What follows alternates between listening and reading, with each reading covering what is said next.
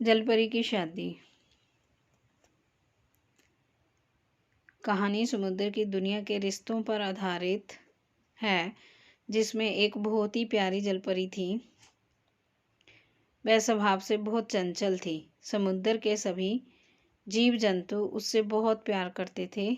जलपरी के माँ बाप को अक्सर अपनी बेटी की चिंता होती रहती थी। उन्हें अपनी बेटी के लिए एक योग्य वर की तलाश थी, लेकिन समुद्री दुनिया में सभी जीव सामान्य थे और जलपरी के लिए समुद्री पुरुष खोजना किसी चुनौती से कम नहीं था, क्योंकि समुद्री सीमाएं बहुत बड़ी थी और सारे रास्तों में तरह तरह के संकट छुपे थे। इसलिए जलपरी के माँ बाप ने जलपरी की शादी की चर्चा करने के लिए सबसे बुजुर्ग समुद्री जीव कछुआ से मिलने का विचार बनाया और उसी जगह पर पहुंच गए जहां कछुआ रहता था।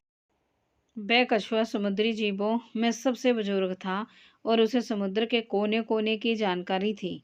कछुए ने बताया कि इस समुद्र में बहुत से रहस्यमय समुद्री पुरुष हैं, लेकिन वह इतनी सामान्यता से बाहर नहीं आ सकते जब तक कि उनके सामने कोई चुनौती न रखी जाए।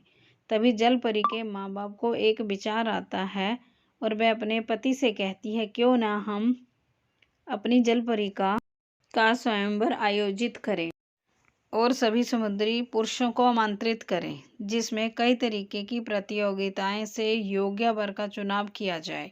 और कछुआ भी इस फैसले को रजामंदी दे देता है और कहता है, मैं जल्द ही समुद्री मछलियों से ऐलान कर देता हूँ कि जलपरी का स्वयंवर होने वाला है, जिसमें समुद्री पुरुष ही हिस्सा ले सकते हैं, ताकि वह बात समुद्र के कोने कोने तक पहुँच जाए और चुनौती एक से योग्य समुद्री पुरुष इस प्रतियोगिता में हिस्सा लेने आएंगे। जलपरी को जब ये बात पता चली, वह मन ही मन मुस्कुराने लगी थी। वह भी अपने जीवन साथी के साथ आगे का जीवन गुजारना चाहती थी। जलपरी के स्वयंवर की तैयारियां जोर शोर से होने लगी। एक से एक नया पत्थर से जलपरी के लिए आभूषण बनाए गए। समुद्री वनस्पति का इस्तेमाल करके जलपरी के घर को सुसज्जित किया गया।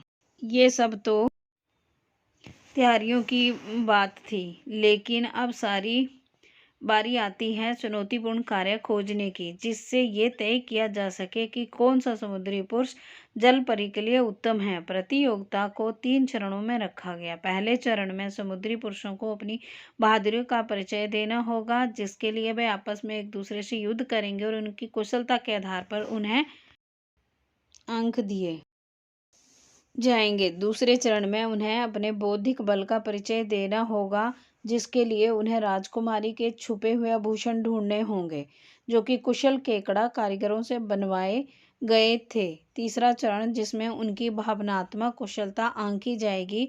एक बड़ी व्हेल मछली के स्वर के साथ प्रतियोगिता प्रारंभ हो जाती है। प्रतियोगिता के 7 समुद्री पुरुष हिस्सा लेने आए थे। सभी एक से बढ़कर एक योद्धा थे।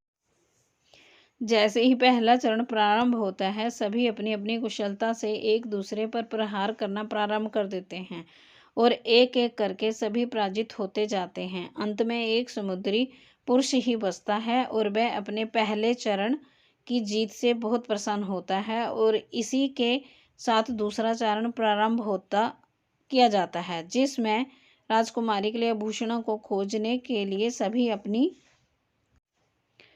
बुद्धि का परिचय देते हैं। और ताज्जुब की बात तो ये थी कि इस बार भी वही समुद्री पुरुष विजेता बनता है जो पहले चरण में जीता था।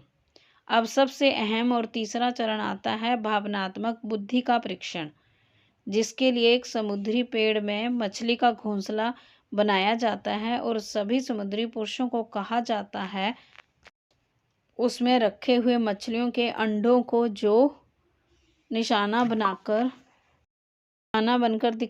दिखाएगा वह विजेता बनेगा और जलपरी उसी विवाह करेगी। और इस बार भी वही समुद्री पुरुष अपने भाले से सीधा निशाना उसी घोंसले पर मारता है और मछलियों के सारे अंडे एक ही बार में तोड़ देता है।